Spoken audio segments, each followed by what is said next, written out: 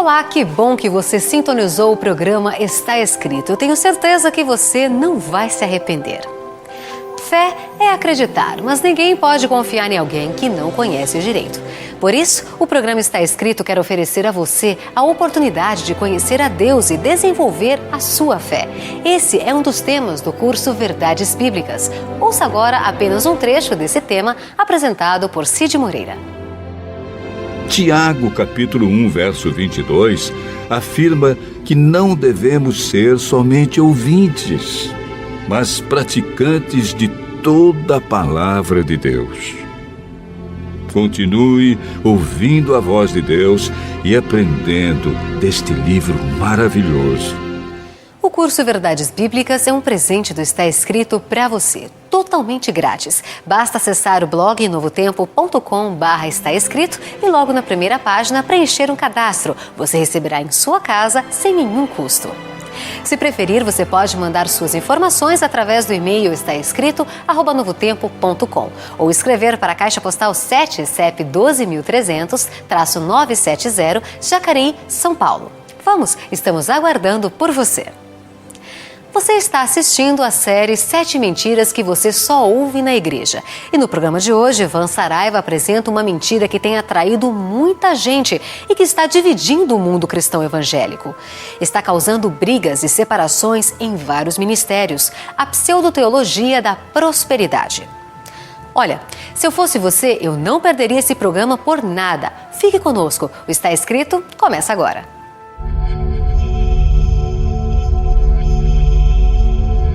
Ele permaneceu através dos tempos. O livro de Deus. A Bíblia. Indispensável em nosso mundo complexo. Transmitindo esperança ao redor do mundo.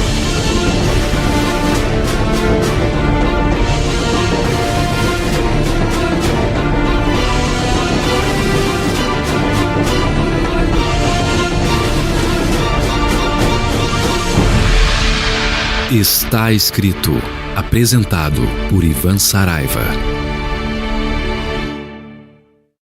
Série 7 Mentiras que você só ouve na igreja. Hoje com o tema Teologia da Prosperidade. Olá, querido amigo do programa Está Escrito. Nós deixamos para o último programa dessa série, as 7 mentiras que você só ouve na igreja, uma mentira que infelizmente tem enganado muita gente. Estou me referindo à pseudoteologia, ou a chamada teologia da prosperidade. Certo dia, me chamou a atenção a declaração de um bispo. Ele leu João 19:24, onde está escrito o seguinte. João 19:24, veja o texto que ele usou e depois as suas colocações. João 19:24 diz assim: Os soldados, pois, quando crucificaram a Jesus, tomaram as suas vestes. A sua túnica era sem costura, tecida de cima até embaixo. E então, querido, o bispo, que prefiro não dizer o nome aqui, ele afirmava algumas coisas interessantes. Ele dizia assim, né? Jesus usava roupas de grife. Era o tipo de vestimenta que os reis e os mercadores ricos usavam. E disse mais, Jesus tinha uma roupa tão bonita, tão cara, que os soldados disputaram para ver quem ficaria com ela. Outra coisa, ele afirmava, Jesus era acompanhado por mulheres ricas que o serviam. Ele tinha os seus 12 discípulos e mais um grupo de 20 ou 30 pessoas para o alimentar diariamente. Ele continuava dizendo, quanto custa isso? A casa de Lázaro e outras residências onde ele se hospedava eram de classe média naquela época ou até mesmo uma classe média alta.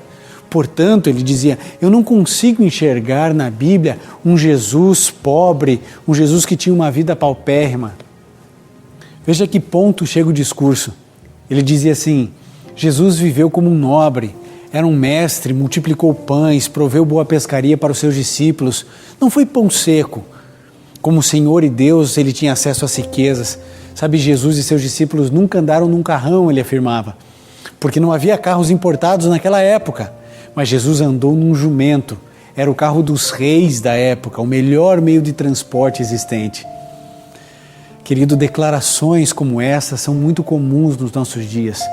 por conta dessa propagação da teologia da prosperidade no Brasil. Agora, isso tudo trata-se de um conceito que foi importado dos Estados Unidos, fixado atualmente como um forte pilar das igrejas neopentecostais brasileiras. Porém, como cristãos, não podemos absorver ensinamentos sem antes analisar biblicamente para ver se de fato procedem ou não das Escrituras. Por isso, começo fazendo a pergunta: será que realmente Jesus foi rico aqui na Terra? Será que ser rico financeiramente é promessa de Jesus para nós? O que você pensa a esse respeito? Bom, antes de continuar, eu quero deixar bem claro que eu não defendo de forma alguma a teologia da miséria. Creio plenamente que Deus nos sustenta, que supre as nossas necessidades, bem como prospera alguns conforme a sua soberana vontade. Porém, entendo que o grande problema é deixar de buscar a Deus pelo que Ele é, em troca daquilo que Ele pode nos dar. Portanto, o que vamos apresentar é se de fato Jesus era rico e se Ele promete riquezas para os cristãos. Vejamos. Em primeiro lugar, Jesus era e sempre será rico eternamente em sua posição gloriosa no céu. Porém, Ele abdicou-se de sua glória celestial e veio à terra viver como um homem de uma maneira humilde, a fim de sofrer e morrer por nós. Isso está escrito de maneira bem clara e evidente no livro de 2 Coríntios, no capítulo 8, no verso 9. A palavra de Deus diz assim: pois conhecereis a graça do nosso Senhor Jesus Cristo, que sendo rico, se fez pobre por amor de vós, para que pela sua pobreza vos tornasseis ricos. Você entende? É óbvio que a riqueza aqui, ela extrapola a questão material. Jesus é rico no céu? Claro que é, em todos os sentidos, de uma maneira muito mais ampla, mas Ele se fez miserável para que através dessa pobreza Ele pudesse então nos tornar ricos. Mas isso não significa que Ele vai tornar cada um dos seus filhos ricos. Caso contrário, todos os cristãos sinceros seriam milionários, bilionários. Então, se eu sou pobre e sou um cristão, na verdade, eu não sou quem eu deveria ser. Você entende como é complexo tudo isso? Ao contrário do que afirmam os defensores da teologia da prosperidade, nessa passagem está muito claro que Jesus abandonou a sua glória e escolheu ser pobre. Veja o que diz o livro de Marcos, no capítulo 6, verso 3. Marcos 6, 3 diz assim: não é este o carpinteiro, o filho de Maria? E escandalizavam-se nele. Você percebeu? Escandalizavam-se nele. Sabe por quê? Porque ele era um filho de um carpinteiro. Ser um carpinteiro seria o mesmo que dizer que Jesus era um trabalhador braçal. Sabe, um mestre, um nobre, alguém da alta classe, da elite, não se realizaria com esse tipo de trabalho. A oferta oferecida por seus pais no templo, vocês se lembram quais eram essas ofertas? Eles ofereceram 2 rolinhas ou 2 pombinhas. Essa era uma oferta praticada pelos pobres. Se você for lá em Levítico 12:8, é isso que você vai encontrar. Sua cidade, a cidade onde ele nasceu, era uma cidade menosprezada. Lembre-se do que diziam: pode vir alguma coisa boa de Nazaré. Cristo tornou-se pobre no mundo, não para trazer riquezas materiais à humanidade, mas para trazer a salvação, que é a verdadeira riqueza. Por consequência também, obviamente, a transformação de vida em amor para com o próximo. Jesus, conhecendo o coração das pessoas, ao responder a alguém que queria segui-lo, provavelmente para buscar algum tipo de benefício próprio, sabe o que disse ele em Lucas 9:58? Jesus foi tão claro, e eu acho que isso deveria estar também claro na minha e na sua mente. Lucas 9:58 diz: as raposas têm seus covis, e as aves do céu têm seus ninhos, mas o Filho do Homem não tem onde reclinar a cabeça. Note que Cristo aborda exatamente a questão de moradia, uma resposta clara, Jesus dizendo que não tinha fazendas, não tinha casa na praia, não tinha uma mansão sobre monte, não tinha nada disso. Eu não tenho onde reclinar a cabeça. Jesus não tinha nenhum tipo de propriedade aqui nessa terra. Como é que pode vir um bispo falar que Jesus era rico, porque era nobre, porque era isso, que era... Gente, eu e você quando ouvirmos esses modismos teológicos, essas teorias, nós precisamos voltar à Bíblia. Então você não pode, como um cristão sincero e verdadeiro, frequentar uma igreja que ensina uma teologia que é mentirosa. É uma mentira que milhares, talvez milhões de pessoas estejam ouvindo essa semana em milhares de templos espalhados no Brasil. Já há algum tempo saiu uma edição da revista Forbes falando exatamente sobre o patrimônio pessoal de alguns pastores aqui no Brasil. Isso é uma vergonha para o cristianismo. Você se lembra dos discípulos? Na primeira multiplicação de pães e peixes, os discípulos estavam preocupados com a multidão que seguia Jesus Cristo. E quando Jesus disse, dá-lhes voz de comer, eles responderam, 200 denários não seriam suficientes para alimentar essa multidão. O fato era que eles não tinham condições financeiras. Foi necessária uma operação de milagre de Jesus para poder alimentá-los. Certa ocasião, quando Jesus chegou em Cafarnaum, isso está em Mateus 17, 24, até ali o verso 27, diz assim, que ele não tinha dinheiro para efetuar o pagamento do imposto na cidade. Você se lembra dessa história? Foi necessário operar mais um milagre através de Pedro para efetuar o pagamento do imposto. Jesus não tinha uma moeda no bolso para usar, porém então foi necessário alguém trazer uma para que Jesus pudesse vê-la. Você se lembra? Jesus, ele é tão claro com essa questão do dinheiro. A afirmação dos pregadores da prosperidade de que um jumento que Jesus utilizou para entrar em Jerusalém era como um carro importado da época, chega até a ser engraçada e mostra o despreparo bíblico dos defensores da teologia da prosperidade. Ora, basta uma análise do contexto cultural da época e a gente vai perceber que já haviam carruagens, cavalos, eles eram usados desde os tempos dos Ixos e não um jumento. Na Bíblia, vemos claramente um exemplo disso. Você tem aí a sua Bíblia? Pode abri-la então no livro de Atos, no capítulo 8, no verso 27 e no verso 28. Veja esse exemplo que vai ficar bem claro que realmente existiam outros meios de transporte muito melhores do que um jumento. Atos 8, 27 e 28 diz assim. Eis que um etíope eunuco, alto oficial de Candace, rainha dos etíopes, o qual era superintendente de todo o seu tesouro, que no seu carro viera adorar em Jerusalém, estava de volta e assentado no seu carro vinha lendo o profeta Isaías. Você viu? Além disso, o jumento não era de Jesus, era emprestado. Então a gente vê aqui claramente alguém viajando em uma carruagem, em um carro. Agora, falar do jumentinho que Jesus andou, que estava profetizado no Antigo Testamento, agora esse jumentinho nem era de Cristo. Tudo, ou quase tudo que Jesus possuía durante o seu ministério era doado. Veja o barco que ele usou para pregar, não era dele. O lugar para fazer a ceia não era dele. Ele ficava na casa de Pedro quando estava em Cafarnaum, ou na casa de Lázaro em Betânia. Portanto, não é de se admirar que a roupa que ele usou fosse também uma doação de alguém. Jesus não tinha dinheiro, amigo. Os pregadores da teologia da prosperidade, tentando contra-argumentar, ainda colocam que os apóstolos eram prósperos financeiramente. Porém, a Bíblia claramente refuta essa ideia. Dentre vários exemplos bíblicos, podemos listar alguns. Veja, quando Pedro e João chegaram à porta do templo, onde um coxo de nascença pediu-lhes uma esmola, se os apóstolos fossem ricos, com certeza eles teriam dado dinheiro ao pedinte. Mas não foi isso que aconteceu. Sabe o que eles falaram? Não temos prata nem ouro, mas o que eu tenho eu te dou. E aí então, em nome de Jesus Cristo, aquele homem foi curado. Nós vemos claramente aqui, Pedro e João dizendo, prata e ouro eu não tenho. No entanto, a gente vê muitos apóstolos por aí hoje em dia, cheios de prata e cheios de ouro. O apóstolo Paulo passou por muitas necessidades financeiras, inclusive tendo que trabalhar fabricando tendas para se sustentar. O mesmo também ensinou a respeito da expectativa de buscar riquezas materiais.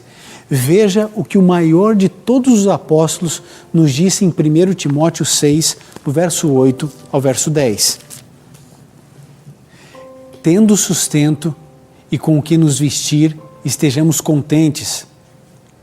Ora, os que querem ficar ricos caem em tentação e cilada, e com muitas concupiscências insensatas e perniciosas, as quais afogam os homens na ruína e perdição.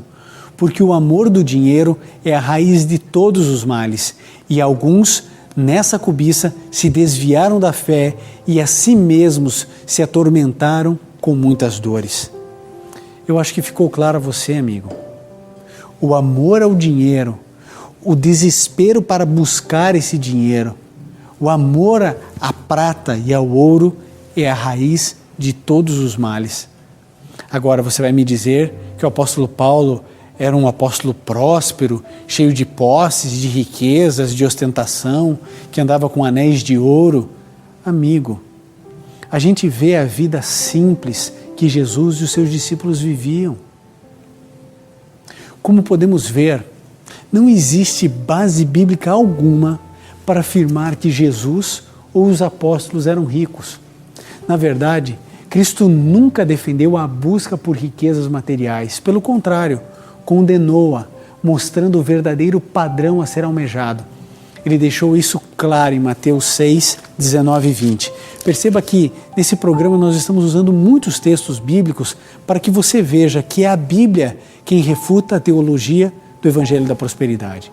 Mateus 6, 19 e 20 diz assim: Não acumuleis para vós outros tesouros sobre a terra, onde a traça e a ferrugem corroem, e onde ladrões escavam e roubam, mas ajuntai para vós outros tesouros no céu, onde a traça nem ferrugem corrói e onde os ladrões não roubam.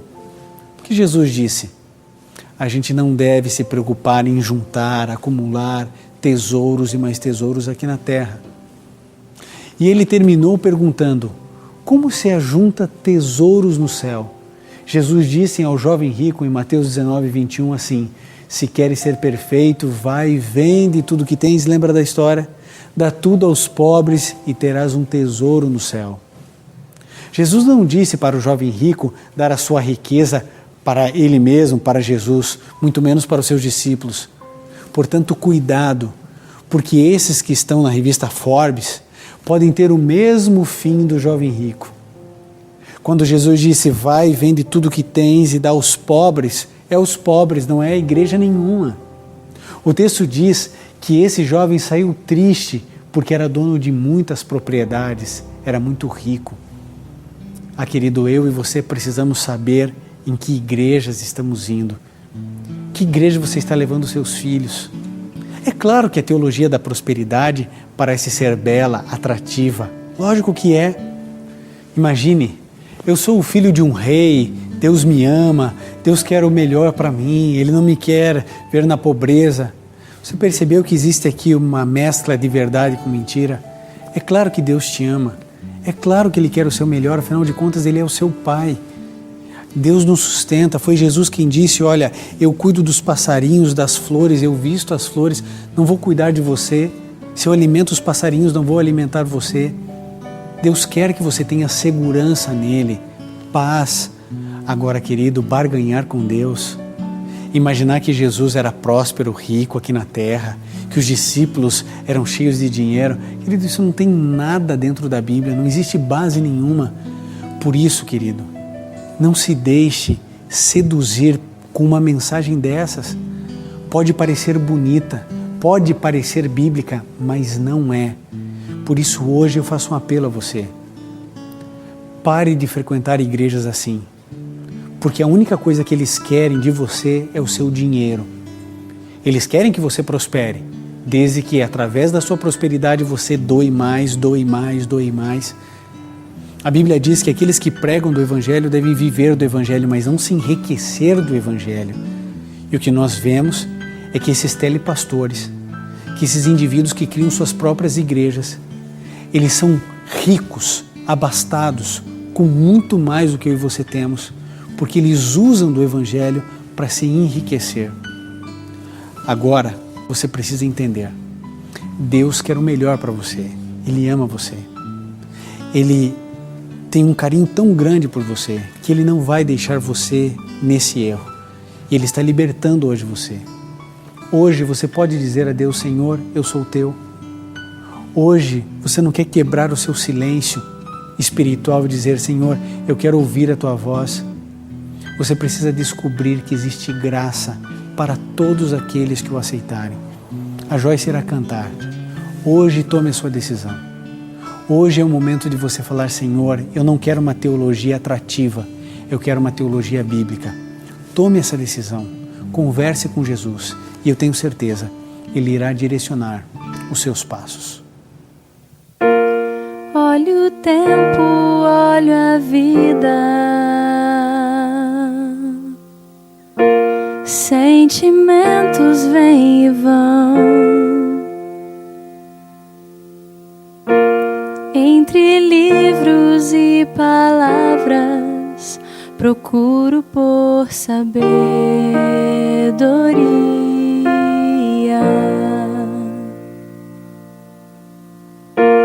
mas parece que na busca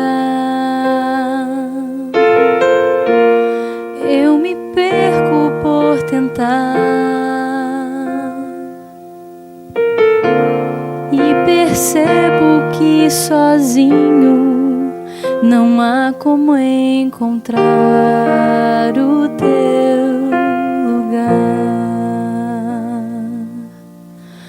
Hoje eu quebro meu silêncio pra te ouvir. Hoje eu sou teu.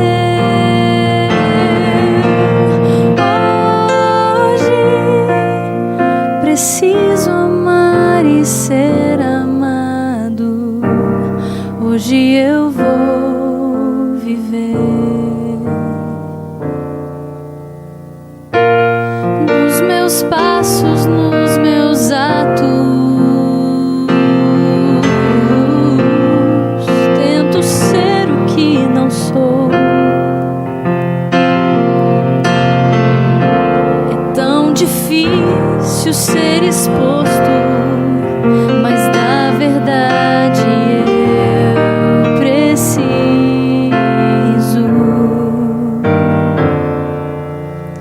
Hoje eu quebro meu silêncio pra te ouvir. Hoje eu sou teu. Hoje preciso amar e ser amado. Hoje eu vou viver.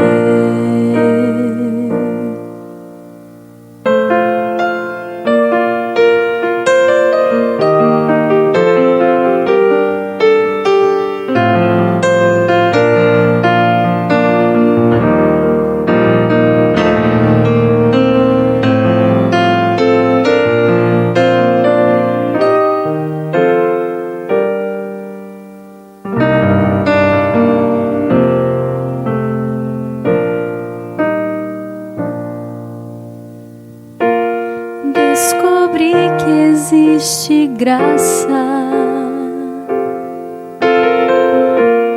para todo que aceita.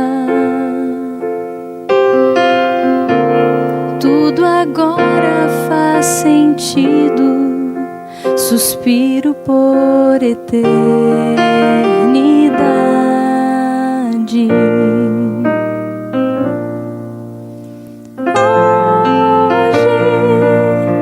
Eu quebro meu silêncio pra te ouvir. Hoje eu sou teu. Hoje preciso amar e ser amado.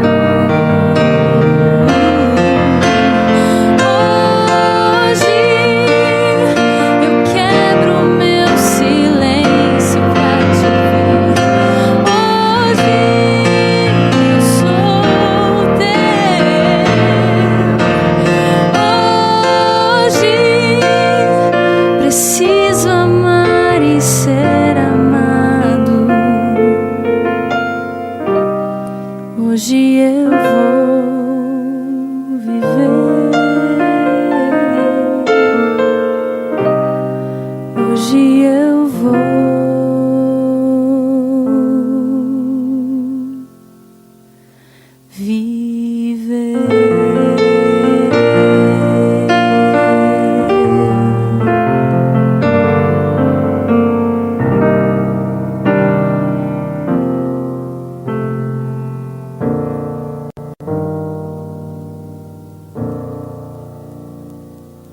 puder, feche seus olhos, curve sua fronte e vamos juntos orar. Querido Pai, nós te agradecemos porque temos a certeza de que o Senhor nos ama e quer o nosso melhor. Não permita que sejamos enganados. Não permita que mais essa mentira nos desvie do céu. Como pessoas que te amam e que querem te servir, nós queremos saber a tua vontade.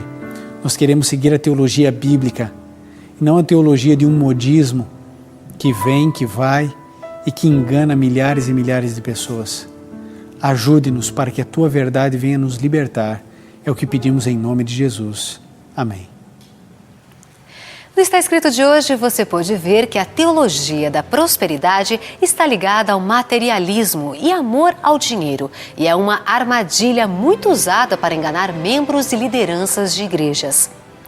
Mas será que o dízimo e ofertas são ensinamentos bíblicos? Esse é um dos 21 temas do curso Verdades Bíblicas, apresentado por Cid Moreira. Você pode ouvir no carro, no seu computador ou no seu aparelho de som, a hora que você quiser. Pode ainda baixar os áudios em MP3 para colocar no seu celular. O curso Verdades Bíblicas é um presente do Está Escrito para você, totalmente grátis. Basta acessar o nosso blog em novotempo.com/está escrito, preencher um cadastro logo na primeira página e depois clicar no ícone com a ilustração do estudo bíblico. Se preferir, mande um e-mail para estaescrito@novotempo.com ou escreva para a Caixa Postal 7, CEP 12.300-970, Jacareí, São Paulo. E não se esqueça de nos informar o seu nome e endereço completo com o CEP, e você vai receber em sua casa totalmente grátis. Você pode também nos seguir no Twitter, @NT Está Escrito, ou no Facebook Está Escrito Brasil. Faça contato conosco, estamos esperando por você. E lembre-se, está escrito, nem só de pão viverá o homem, mas de toda a palavra que sai da boca de Deus. Sentimentos vêm e vão, entre livros e palavras, procuro por sabedoria,